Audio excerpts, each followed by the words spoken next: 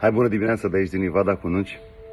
Mă gândeam acum că am tot văzut, cel puțin în filmele americane, am văzut treaba asta cum cineva la un restaurant, singur la masă fiind, observă o altă persoană singură la masă și aplică o abordare de genul ăsta. Se poate să mâncăm împreună, nu neapărat cu un scop, ci efectiv de a sta în colectiv, de a nu mânca singur. Și am asociat treaba asta cu o îmbrățișare, cu o dragoste necondiționată pe care noi nu știm să o manifestăm.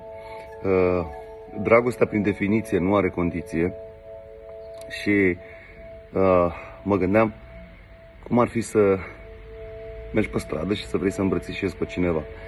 Evident că e posibil, având în vedere cultura poporului, locului de unde suntem, ca celălalt să creadă că ești nebun sau că vrei să-i faci vreun rău. Dar ar fi un lucru minunat să-ți manifesti dragostea necondiționată și spun asta în ideea în care noi, cel puțin românii, credem că dragostea trebuie să fie bazată pe o relație.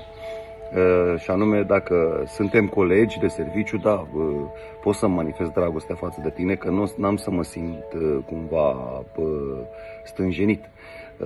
Dacă am o relație de dragoste cu o femeie, femeia mea, e nevasta mea, e iubita mea, atunci da, pot să-mi manifest dragostea pentru că am deja o relație cu persoana respectivă, dacă sunt părinții mei, copiii mei și așa mai departe.